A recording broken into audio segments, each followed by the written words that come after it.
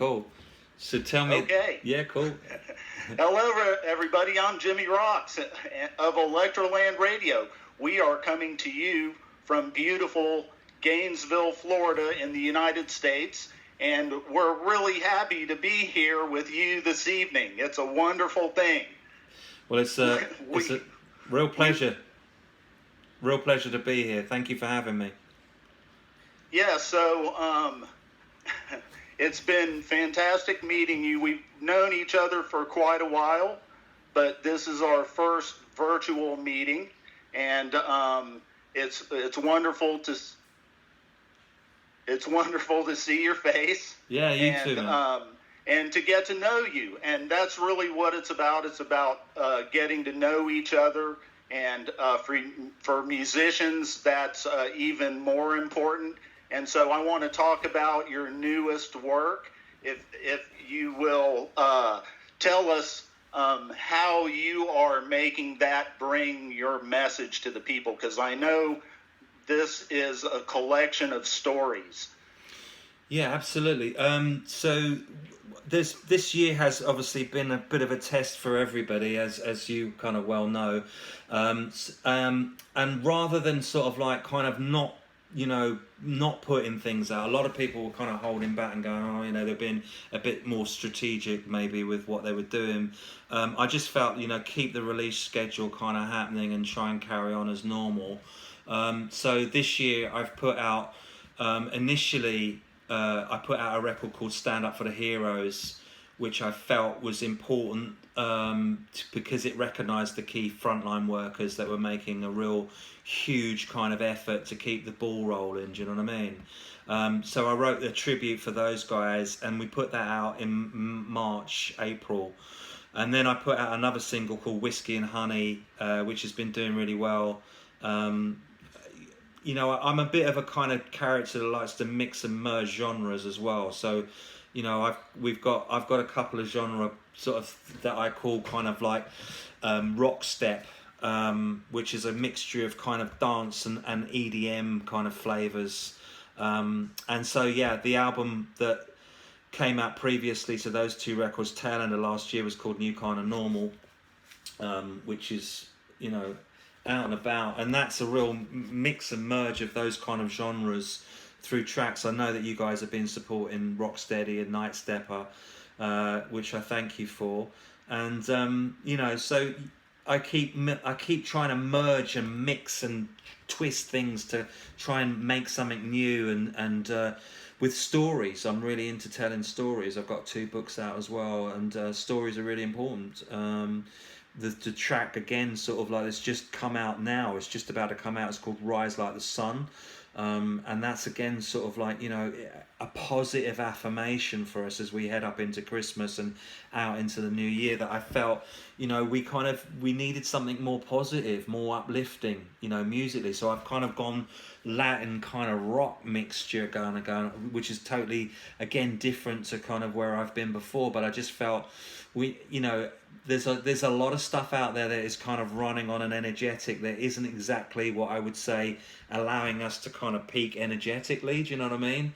And so I just, I felt, what, we need a track that we can sing. It's an affirmation of rising like the sun, because the sun is victorious every day in what it does. And if we can emulate a little bit of that sun vibration, then we can win through these battles. And I'm absolutely so happy to hear you say that, and your uplifting message is heard. It's a fantastic track, and it really is what we need to be focusing on now, is that there's actually a lot of positive stuff going on, and musicians in particular are bringing this, and we at Electra Land Radio thank you for that. It's all about the music, and certainly storytelling is also a big thing for me. In my experience, my favorite writers were all telling vivid stories, and I recently heard a story about writing too many stanzas, and like and Bob actually, Dylan. The quote comes from Bob Dylan, I was who going to said, say. write 50 of them if you can. You can throw them all out and pick the best ones, Yeah, so that's the way to do it. Yeah, definitely. But more than music, the written word can also tell us a lot about who we are as people and what we're going through in our daily lives. Why don't you tell me about your book? Well, the Road Tales book, which is that is out on Amazon at the moment, that was written from just being on the road for a 10-year period from the sort of tail end of the 90s to sort of 2007. And it was really just about people that I was meeting who were everyday type people who had incredible stories, to tell. And I just thought, you know what, they were sticking in my mind when I was meeting this. I was down in Australia and I met this unbelievable Aboriginal guy up in the Tablelands, far north Queensland, who had a story to tell that just blew my mind about faith. What is faith? So I just kept meeting these people who were making me kind of question certain things about human kind of behavior or human kind of archetypes, and I thought, I just kept writing these stories down, and by the time I got back to the UK, I had about sort of, I'd say about 9, 10 of these stories, and I just felt, it would have been a shame to have not done anything with it. And I had in the back of my mind, I thought, you know what, I'd really, really love to write a book. And I had some downtime a few years later, eventually, and I just thought, you know what, I've got to finish this book, because it was all just handwritten, just scribbled down, and there so I just focused in and just bashed it out, and I ended up, 15 characters, because there's a few more people that I'd kind of thought, you know what, they were good stories as well. So I ended up just kind of like elongating the kind of the book. So you've got stories that I was down in Mexico and I met. Down in Guatemala. I'd travelled through Mexico and done some shows down in southern Mexico, and hopped over the border into Guatemala and met some incredible people down there. Some cool Vietnam vets in Panacachel that just out of the just out of this world in terms of stories that they were telling. Do you know what I mean? Yeah. And but I met a guy that was, it was a Guatemalan, sort of about a native Indian of the kind of the area, and he was just really cool, and just his story is about altruism. Like, what is altruism? Why do people step out of their nuclear family to help the greater good? Some people will basically kind of just stand and watch kind of injustices happen, and some people will stand up against it, and they will kind of risk everything for the greater good. And I'm sort of, I'm trying to get to the bottom of what makes those people tick. So that story kind of like Don, I call it, and everyone's got a pseudonym in the book as well, as I'm not naming names, but so yeah, there's a story of an artist I met again in Australia who had helped a girl speak again, who hadn't spoke for 10 years, and he used the power of art to kind of get her to express herself. And her mother was just absolutely blown away, because like he did a couple of sessions just basically getting her to just paint on canvas, and within a couple of days she was actually speaking again after a traumatic event where she just stopped speaking. So there's the little book of miracles. The guy, the Aboriginal guy, amazing cat who was brought up on a Christian reservation. He was taken away from his family. There was just the stolen generation, they're called, and I was questioning kind of what is faith, because he was a dude that played mandolin in church. Right. One day he worked in a sheet metal factory, and one day he was cutting metal, and this piece of metal came down, cut his hand clean off. They said it would, they managed to kind of like sew it back on again, but they said it would never work. It would just be a lump. And he just believed that it wouldn't be a lump. And he said over an 18-month period, he just prayed. He used the power of prayer and faith. And with 18 months, he was playing again and blowing people away because of this ability to actually have beaten you know, the odds of what the doctors were saying to him. Do you know what I mean? And stepped up in church where people were just going, it's going to be a train wreck, you know. And he said he played like an angel, you know. So I don't know what that is, but when you mix power of faith and prayer together, something amazing happens. So he's in the book, you know, and other people who could talk to animals and find out what was going on with them, and incredible people that are just doing these amazing things. And I just felt their stories had to be told. So Road Tales isn't... A lot of people, when that book came out, they just thought it was like me telling rock and roll, boring, cliched stories of getting wrecked in a hotel and partying till... And it wasn't about that. You know, a lot of the press got it wrong over here and thought, oh, it's just a memoir. And it was like, it's not a memoir. It's got nothing to do with me. It's just got to do with other people telling their stories.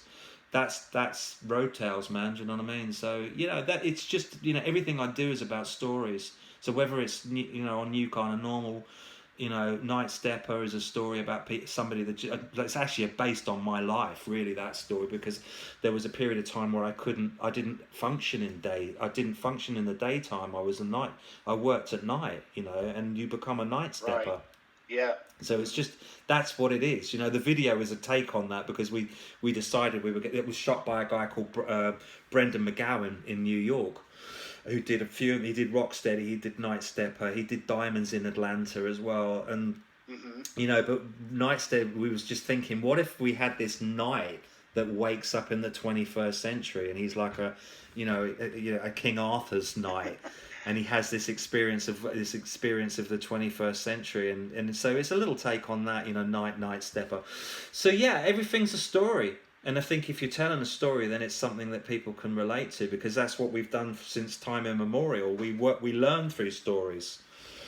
You know. Well, the first thing I would say is that the power of art and the power of music to heal is certainly well known for literally. Thousands of years, and it's what can bring to people relief from the day-to-day trials and tribulations of their lives. Absolutely. And certainly the compilation of stories of people who are overcoming the daily life to reach a higher plane, to reach a higher understanding. That's a wonderful thing. You know, any way that we can embrace positive energy and look at things in front of us as an opportunity, then we're owning our existence. Exactly. You know what? Everyone's got a story to tell. This is the thing, you know, like some people would think, actually, my life is pretty this or that. But actually, there's something interesting about everybody, that everybody has a step. Like, if I meet someone for the first time, you know, I mean, I'm always looking for I'm always, like, the first thing I said to you, man, when we were talking, I'm like, so what's your story, man? That's the first thing I'll say is, like, what's your story? What do you do? You know, where do you come from? What have you been up to? How does that work? And then I'll find a little nugget somewhere that you know, maybe they didn't think it was anything interesting, but I'll find. So everyone's interesting. Everyone's got a story, and you can learn something from everybody. Everybody that you meet, from the guy that sweeps the street to the doctor that's just saved a life. Do you know what I'm saying? Everybody has got a story, and we all make up a great spectrum and a great matrix that makes everything tick. You know, so no one's not important here. I've learned a lot from you, my friend, this evening, and it's been fantastic to hang out with you and to talk about it. Well, that's the pressure that the planet is under right now is severe. We all have to find a way to kind of set ourselves aside and look at that greater good of what we can be as a species. You know, we want to try and be stewards of the planet. We want to try and love each other and stop killing each other, and we want to try and help each other through difficult times like right now. Yes, and indeed. So I, for one, I love your music, and I'm so proud that we have it in rotation on our station. But you're so much more than a musician, and you're so much more than an author. And actually, just as an aside, I would love to know, what's the difference between writing a song and writing a book? Is that a different approach for you, or the same approach? Do you? I think there's more freedom with writing a book because you've got more space to work, the more of a kind of canvas to work with. You know, with a piece of music, you're kind of, you know, you're limited to a certain amount of minutes, aren't you? With most, I mean, I always push the boundaries with. You'll notice that those songs aren't 3.5 minutes; they're all 6-7 minute pieces. So I try and expand, what I do musically. But with a book, you know, I can tell a story over sort of 100 pages. Where with a song, I'm limited to sort of like, you know, let's face it, you know, Beethoven would be 20 minutes, 25-minute pieces. You know what I'm saying? So I think with music, you're always kind of like you've got a period of time that you've got to if you're telling a story, you've got to punch it home pretty quickly. With a book, you can really expand out with it a bit more. So there's more space with the book to do this, to do that with, and that's really quite liberating. If you've worked in kind of music or popular music, or you've been, you know, conditioned by record labels to kind of bash out radio friendly singles, you know, you can become a little bit like, you know, this is how I see the world in 3.5 minutes. You know what I'm saying? And that can be very limiting, you know. And it takes a while to break. You know, I was signed to EMI when I was like 20 years old, and and they just beat you into submission. You know, that everything had to be radio, kind of 3.5 minute, kind of shiny, blah blah blah. And to be honest with you, I fell out with them. I don't mind admitting that I didn't get on with being signed to a major record company. Hey, it was you Brits that brought us the expanded musical palette. We were stuck in the 50s all the way halfway into the 60s, but finally, you know, music started to breathe a lot more, and everything got a lot better. Yeah, sure, but let's not forget that actually without American rock and roll, we wouldn't have done what we did. You know, I think the British are very good. They're great inventors, don't get me wrong, but we were very good at sort of picking up good ideas and then selling them back to you. So we wouldn't be. Let's not be under any illusion that without America, you wouldn't have had the Beatles.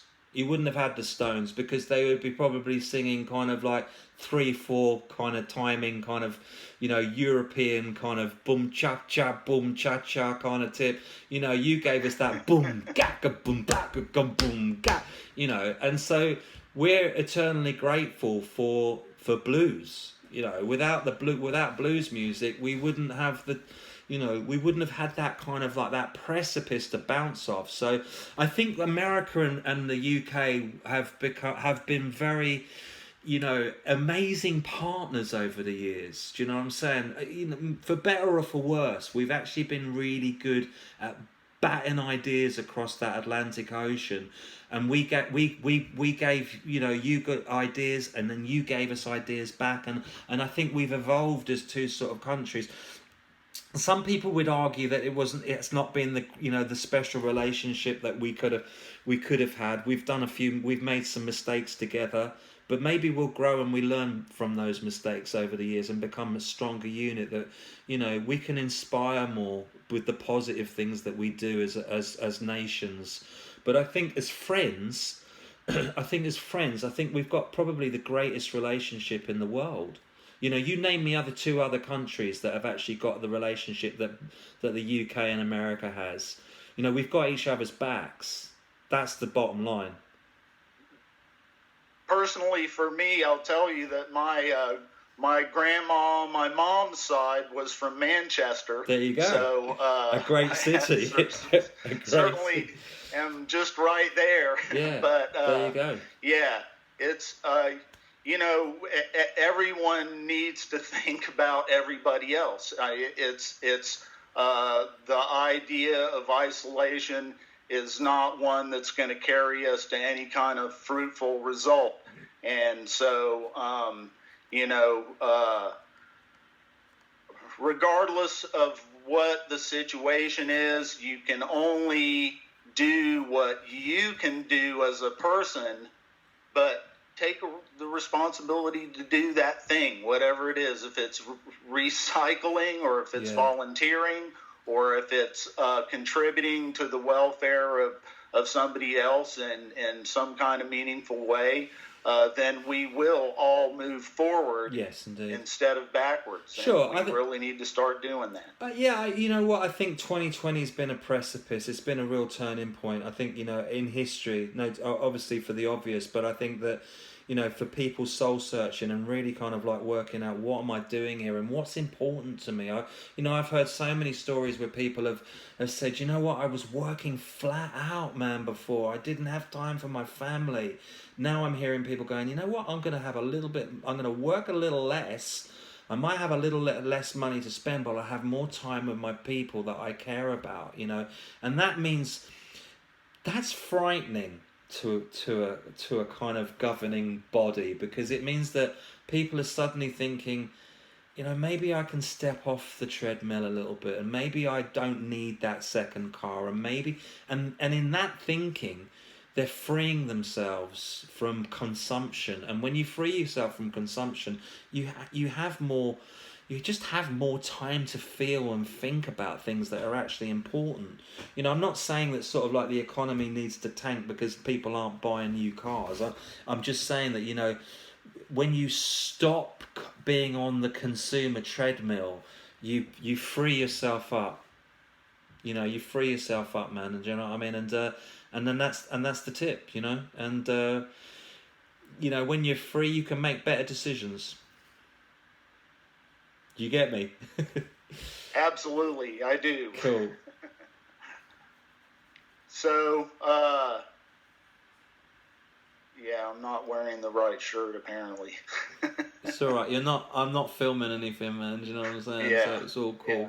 It's all cool. So yeah, as I say, you know, we have a great relationship, America and Britain, and I think that, you know, with this turning of events, hopefully we can inspire more.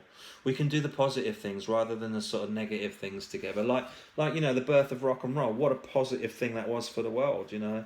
And various other sort of breakthroughs that we've done on science and all the rest of it have, you know, we've worked well as a team, and we continue to do that. You know. What I know is that in my life I have a collection of extraordinary individuals across the board. Sure. And that never stops amazing me how much that's true. And so I know that together the collective force can be brought to bear to solve whatever problems that we have individually or collectively. We do need to start thinking globally, you know, because we're on a tiny little rock floating through space. We are. I think that's pretty much a given at this point. And sure. Then, yeah, it's like love thy neighbor. Indeed, you know. It's said by many wise men. Indeed. I think sort of November is going to be a big moment in time, you know, and it's a choice of whether people choose the right kind of outcome, and that outcome being less isolation and more reaching out and being the leader that you have been, you know, over the years. Certainly, yes, we can pick holes in each other and go, you know, we've done that and we've done this, but overall, you know, once upon a time, you know, there was a moral code, and that moral code meant reaching out and being inspirational, and I feel that if the right decision is made, you know, that we need that outcome. We need that outcome because we do. You know, the world does look up to America, and what you choose to vote for will have a huge effect on the rest of the world. So I'm just hoping it all kind of pans out in the right direction. Do you know what I'm saying? Because it's a big one. I think it'll be a make or break. I think. Do you know what I mean? For the rest of the year, particularly, that the right decision is made. So we're looking at you, kid. Okay, so now, having been handed this opportunity to reassure all of the rest of you that there are very much multitudes more people here who are concerned about what's happened and who are determined to carry us through a change and to make sure that what we've been experiencing for the last 3 years never happens again. That's what we're determined to do. Everyone is mobilized. Everyone is ready to do whatever they can do. Mm. Yeah.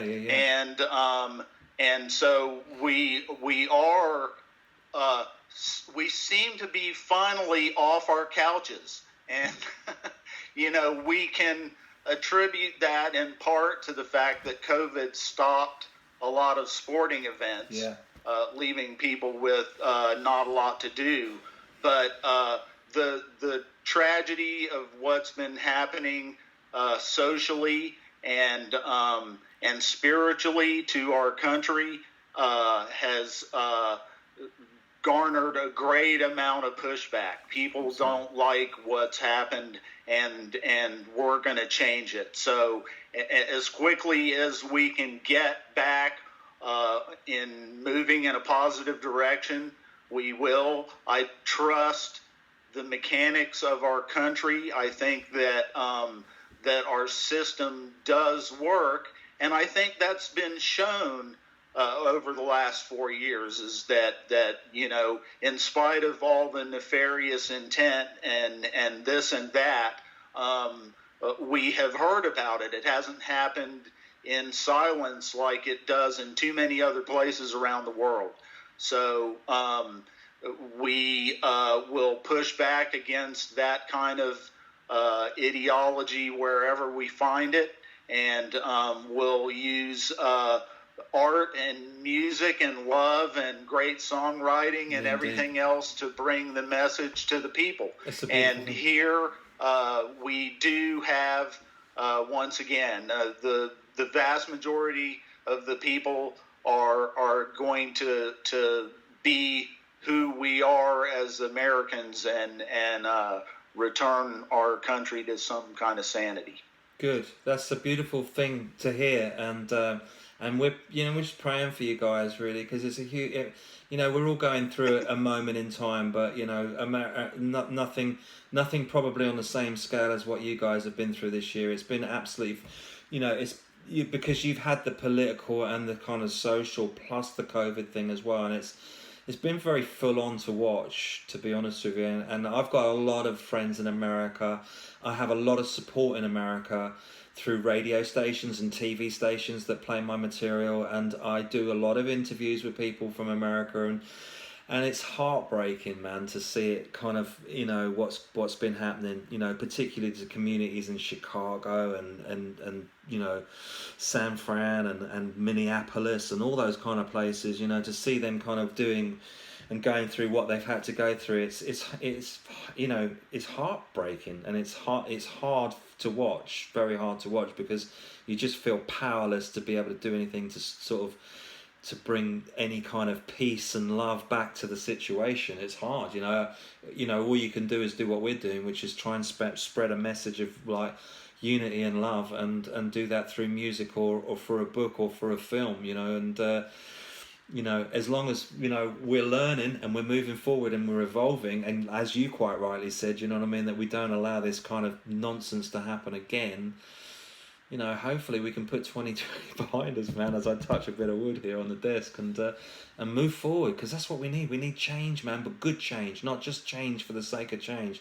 Absolutely. Good change, ideas that actually make sense, like not kind of left, not right, just good ideas that actually bring people together and change things that actually benefit everybody, not just the few at the top, and not just kind of token giveaways to this community or that community, that we come together actually as a whole, as a big one community, and we use those ideas from all across the board to work out the best way forward. And to be honest with you, it's pretty logical. We all want a good lifestyle, but at the same time, we've got to think first and foremost about the planet that we live on, and what are we going to give back.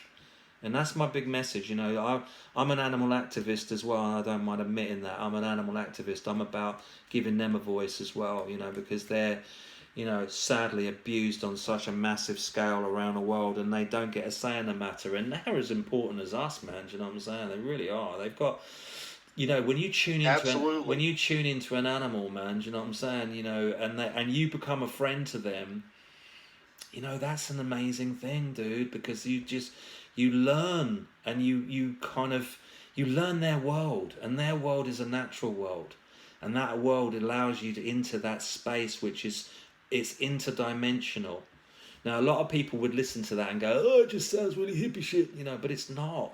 It's not hippie No, shit. absolutely not. It's actually Sentient beings, everyone, exactly. and everyone with a place in the biosphere that we call our planet. And so, you know, uh, one thing that is taught for good reason in most cultures is, you know, you have to take care of the least of the people that have the least, of the people that are in want, and you have to take care of them. And it's those that have to be raised up. You raise up the least of us, and you arrive at a much better place. And I did, and I totally get that, and that's, you know, again, that's not that's not political. That's actually just logical, you know, and that's what I'm talking about. Get away from being political and just be logical about it. You know, use your emotion, but definitely just, you know, for me, it's always been when I'm in a if I was when I'm being in bands, you know, and I've always said to like obviously being a front man, you kind of you do run things because it's you're driving the ship, aren't you? You know, as a front person, normally the front person is driving the thing. But I've always been about, you know, what's the best idea? What is the best idea? So it doesn't matter where it comes from. If it comes off the drummer or the bass player and they go, we should try this. Man, that idea wins. It's not about it's any one leader. It's about the whole shebang. That's why if a band's going to work, it works on that basis that everyone's got a voice and everyone gets a say in the matter, and that sometimes can take a bit longer to get to point from point A to point A to point B, but actually when you do arrive, you all arrive together. Do you get me? You know, absolutely. you know, Yep, if absolutely. it's just one person dragging you to point B and everyone gets there and they hate your guts and they want to get back to A again, you know, you failed. You know, so you know if everyone gets a chance. I mean, look, you go back to the Greeks, man. Everyone governed. Everyone got a chance of governing. Everyone worked within the government framework for a period of their lives because then you had a vested interest into the situation. And that's how it should be. Everyone should work for the government at some shape or form so they have a taste of it. It doesn't, and that's where we shouldn't be divided from the left to the right. We should be just boom, center point. That's their best ideas work, and we work together as a unit, not this nonsense we've got at the moment. Do you know what I'm saying? Yeah, And then we've got it's you know, individualism has its place. yeah. Everyone is important, but we do have to have a collective conscience. It's not about socialism or any kind of political branding. It's just about taking care of your neighbor. Exactly. I mean, come on. Exactly. That's what you have to do. It's interesting because I think in my knowledge that that the world has lost technologies over and over again for loss of the people that brought them to us. And I certainly can say that, you know, I don't know how to make steel specifically, so if it's up to me to do that, we're not going to have any. Sure, absolutely. Just saying. No, exactly. And everyone's plays their part. It's a big cog, you know what I mean? But the cog has to be conscious at the same time, and the cog's not conscious at the moment. And so the cog is basically doing its crazy thing of making steel and not actually going, do we need this much steel, or should we be doing something else to kind? Do you see what I'm saying? You see how absolutely. Everything's kind of out of control, and because it's not conscious. It's not. You're not thinking of going, well, okay, but maybe we should be thinking about putting, you know, not making so much steel and making something else that's actually going to aid and abet, and maybe we find a new thing over there and a new material that we work, because that's more kind of in tune with kind of like the biodiversity that we work within. These are the questions, you know, that we should have been having 30 years ago. You know what I'm saying? And you know, when I was having this conversation the other day with someone, I said, you know, we had a regime over here in the 80s, this Tory government with someone called Margaret Thatcher, who Right. was the Uh-huh. first sort of female prime minister. And Yeah. she squandered so many opportunities to change things for the better. And it was, you know, progressive in some ways to have a female prime minister back in the 80s, definitely. But, you know, huge opportunities that she had to do things that she just didn't bother because she just thought 4 or 5 year thought processes. Do you know what I'm saying? And had she been a little bit more conscious of kind of creating renewables, for instance, like 30 years down the road, we'd be market leaders, we'd be world leaders now. You know, but we're not. We're scurrying. We're trying. Oh my God, there's a climate issue. Let's try and do something about. 30 years ago, they were talking about like the ozone layer being, you know, in a mess, and we should have been plotting, not going, you know, or maybe I'll stop using a few sprays. You know what I'm saying? And going, actually, do you know what I'm saying? Yeah. Like, you know, let's get down with the program. Let's kind of start those. Let's start these hybrid situations now because you know, we had the finance to do it at that point. Do you know what I'm saying? So. This is the problem with politicians. They're in for 4 years and then they're out. They don't care. Do you know what I'm saying? They don't care. They're going to be gone. So, you know, I look at, I'm an optimist, so I'm looking for a silver lining, and I think that if you were to need a motivator to get off the couch, as I say, and take some definitive action, not one that you can't accomplish, one that you can. Yeah. You know, and it starts here in this country by going to vote. Yes. You know, yeah, you have absolutely. a responsibility to make sure that happens. Traditionally, voting turnout in this country has run around the 60% mark. It's that bad. Okay. And to me, I mean, I think anything less than full participation shouldn't happen. You know, everyone should be taking this on as something they need to do, not something that somebody else needs to do. Yeah. And so, fortunately, trauma has a way of bringing about change. You know, you probably aren't going to hammer your finger twice, you know, if you really hit it. Experience should help us here. Yeah, I think it will. I think it will. I think everyone has a clear idea of what to do. There isn't any helplessness here.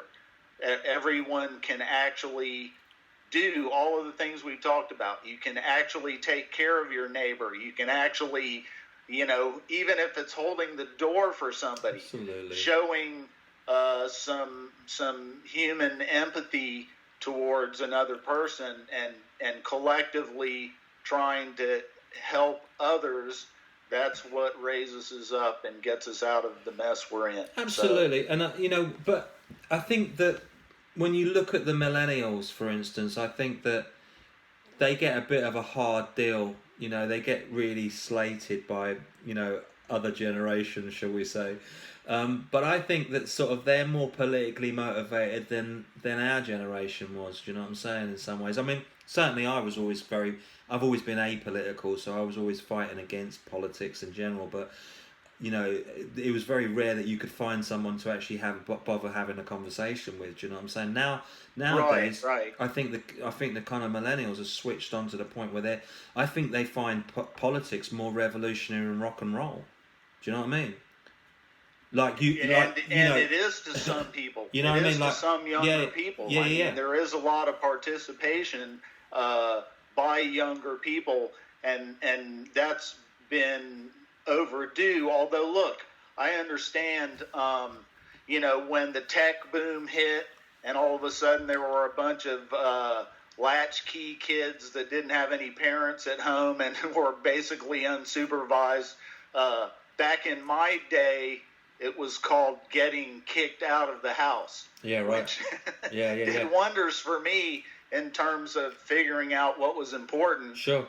But also, you know, the idea that we all owe the same opportunities and the same benefits and everything to the basic human rights to everybody, and that it doesn't necessarily come automatically granted to you. I've, in particular, never felt entitled. One of the things that happened in my early adulthood was Ronald Reagan got elected, and we had hostages in Iran, that were let go as soon as he was elected. Yeah. But, things financially for a lot of people into the early 80s was not really that good. No, yeah. And we thought, this is going to be easy, but it turned out that it wasn't. Yeah. Yeah, well, there was a lot of things going on. I think Vietnam wasn't the greatest idea in the world, was it? So I think you were paying the price from sort of like fighting a war there that was not winnable, and also there was an oil crisis as well, which didn't help. So the oil embargo. Yeah, exactly. So there was a lot of things going on there. I think Carter made a few mistakes with Iran, so they were a bit upset with you lot, which they seem to be still. But I think that.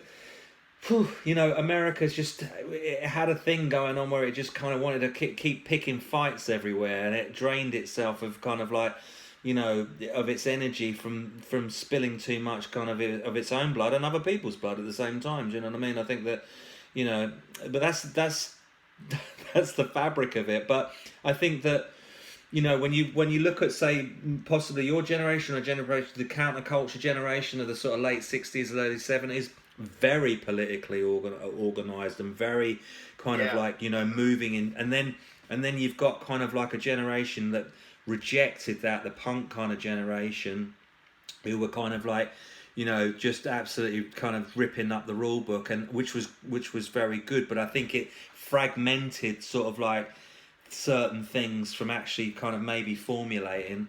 And then you had our generation, which was just the 90s slackers basically, who didn't, we're just more interested in getting high and partying, and then politics just went out the window, because I think we were all pretty much bored of it, because I think we'd looked at sort of like what had happened previously and thought, actually nothing really gets solved, so let's just get wrecked, do you know what I mean, and party out. And that's, but looking at what's happening now with the sort of the new cats coming through, they're really politically motivated, and as I say, I think that maybe I think that they find possibly sort of like politics more revolutionary than being in the game of music, which was obviously up until music was that kind of that pivot. You could talk revolution within music, do you know what I mean? But that's not used so much as a medium now, do you know what I mean? I think it's just out and out raw politics. Kids on the streets basically kind of fighting for what they believe in through protests, do you know what I mean? Then they put the guitar down, man, do you know what I mean? There's no Joan Baez hanging out on a street corner. It's just full. No, it's much more active participation. And look, it's fortuitous that this group should come along when they do, and I love Greta Thunberg. Yeah, she's cool as you like. Message. She's awesome. Wow. Yeah, mind blowing. It's so cool to see somebody who is unafraid. Yeah, who is that young. No, she is and so she annoys. What I love about her is she just annoys people who aren't up for the conversation. She just really rattles them, and I love that girl. I think she's awesome. I mean, just awesome. Now, there's a lot of people who go, she's been like this, that, and manipulated and that. Don't forget the core story. She's about climate change. Let's just get with that, and let's just stick on point with what she's trying to say. Let's not get sidetracked here with like her dad did this and said this, and therefore it doesn't matter. Her message is good. It's bang on the money, and God bless her, man. Full she respect. Knows what she's talking about. Yeah, that's a good thing. By the way, smart kid.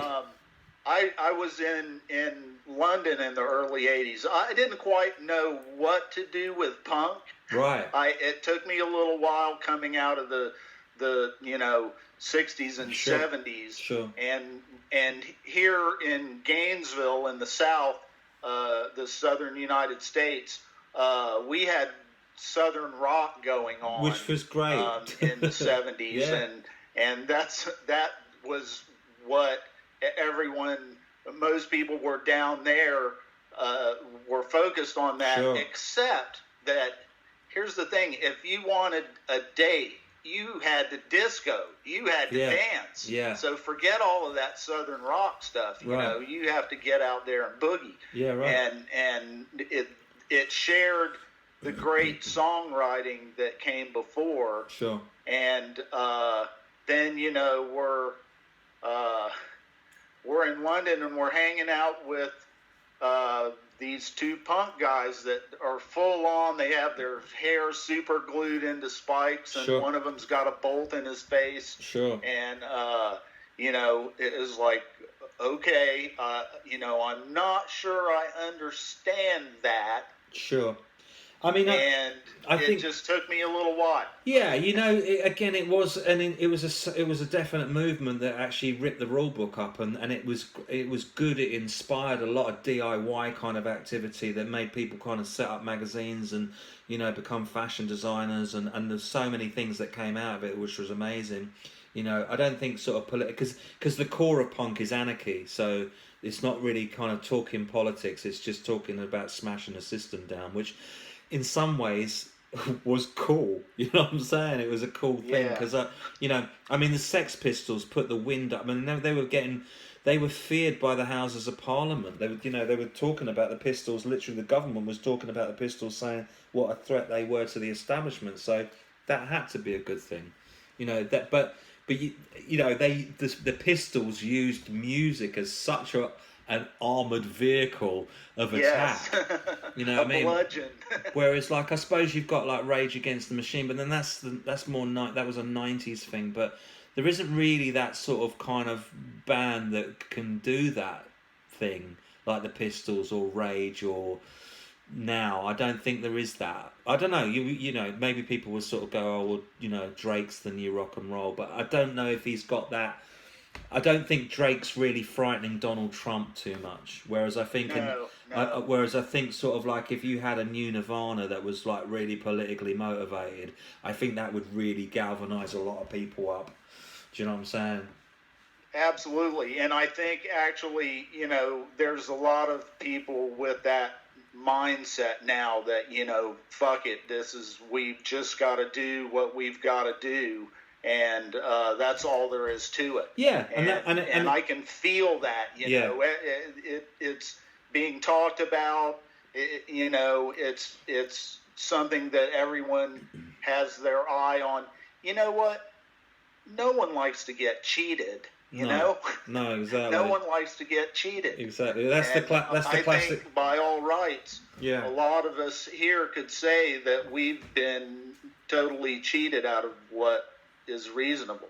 Sure. And so but you know what, I think that you need to kind of like, you know, as a nation and as a people actually try and understand why it happened.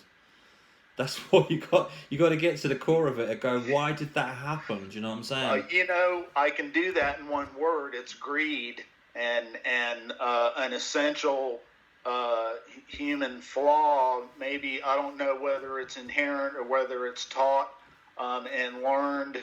But certainly the idea that that some people should have very, very, very much, and other people should have very, very little. Yeah. I mean, just like I'm not trying to be anti-capitalist. No. I'm trying to say that you have to have a certain level of reasonable livelihood for the masses. You can't just use them as a tool. No. Every dollar in my wallet has been in the pocket of, you know, 100 other people who worked some horrendous job, you know, to get that $1. Sure. And I've always felt that. Literally, like, because I've never had a lot of money, and so understanding how much effort I had put into earning that dollar, sure. I think just reasonable health care, a way to be happy without being persecuted by any other group. We can't have a situation where people are being denied basic human rights, and so it's all a process. We're all in the process. And it's not going to be over soon. This is just one step.